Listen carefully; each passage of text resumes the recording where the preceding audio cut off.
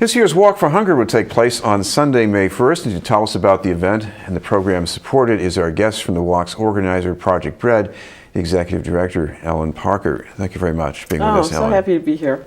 First of all, Ellen, talk about the kinds of programs, because we have Project Bread, we think of the food pantry, but there's a whole lot more. So we basically have, we try to help people who can't make ends meet at the end of the month. So we're not in a third world country where people are starving, but we are in a state where people struggle to make ends meet. So people making $30,000, $35,000 a year with a couple of kids find it really tough. So we have really examined what different people need, and I would say the three things that I know. One is efficiency. People need help that they can get, that they don't have to drive to Deerfield for. The second is consistency or dependability, which is if it's here on Tuesday, it should be here on the following Tuesday. And I would say the third is stigma. That stigma is a real barrier to people getting help. So if you have to go and stand in line in front of everybody else, a lot of people just won't go. So our programs really take more of a public health approach. And for example, our schools programs, we fought very hard for universal school breakfast and lunch. And so in low-income communities that's available. So we say, why not have a healthy opportunity so kids can, so every single child can just get off the bus, have a healthy breakfast, and then have a healthy lunch at school. It's a real boost to the food budget. At the same time, nobody feels uncomfortable or ashamed. So again, it's efficiency, consistency, and lack of stigma.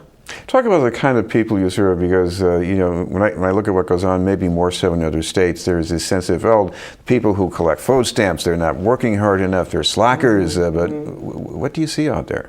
Well, pretty much everybody's working who needs help. I think that the big divide is probably participation in the labor force. So for older people, disabled people, retired people, they're in a particular category. They have a monthly allotment. Their revenue and their expenses are often out of whack.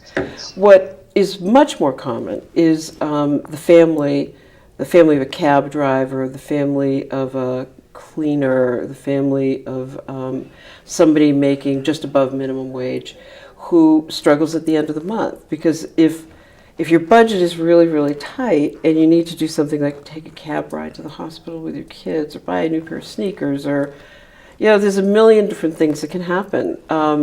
That makes a week, the last week of the month, then becomes a week that people can't figure out how to get enough food. So building support around people, whether it's community meals, whether it's urban gardening, which we fund, whether it's school meals for kids. I mean, they're just options for people. They're opportunities, something to lean on when you need help. People aren't hungry all the time. They're episodically hungry. And whatever's there needs to be easy to get to on all levels, including an emotional level. Why are those gardens so important? Aside from the fact that maybe people like to garden, but aside from what they like, what do they need? I have learned so much about urban gardening. First of all, it's actually quite productive. Could we, change our food system through urban gardening? No. But can families get a lot of produce and exchange a lot of produce? But it's not just about a tomato. I mean, it's really about community. There's a lot of research that shows that food insecurity goes down as community engagement goes up. It's about cooking, learning to cook, exchanging recipes, and it's just about kind of fun. I mean, it's just an all-around healthy community building and very practical way to get some more food and have fun doing it and connect to your neighbors and your friends. And more cooking can mean maybe a lot less processed food, which is a lot more unhealthy. I feel that cooking can really change the whole face of anti-hunger work. I think that the more people learn how to cook, even people talk about waste a lot, or food waste, or how various vegetables are thrown away. In order to really capture that, you have to know how to cook. Because the line between rotten vegetables and vegetables that are very ripe is a fine one. But the tomatoes that are very ripe that can go into tomato sauce are saved. Those that aren't can't be. We'll talk about the walk, because this year it is going to be a bit different, even though the goal is the same, but some changes.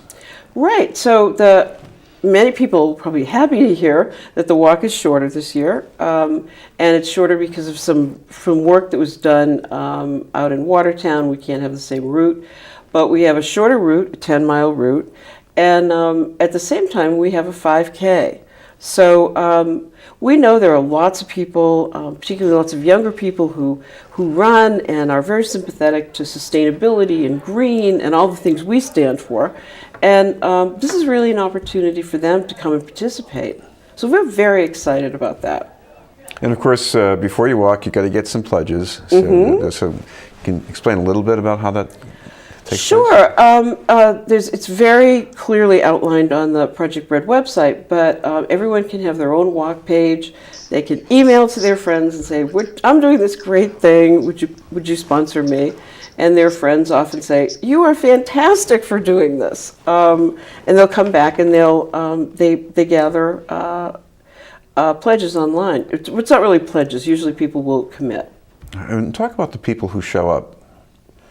Oh, I think that is the best part about the walk. It is literally from every walk of life. I mean, we have priests and presidents of banks and people who use our services, and so many kids. Half of the participants are under 21.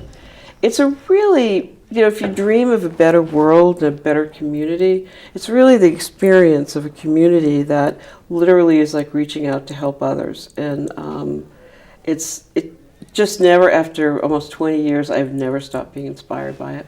Right, so this is going to be Sunday, May 1st, starting exactly where and when? So the run starts at 7 at Boston Common, and the walk is a kind of rolling enrollment from 7 on. And of course, you've got the website. People can check that out too. www.projectbread.org. Thank you very much for being with us. Oh, my pleasure. From Project Bread, Helen Parker.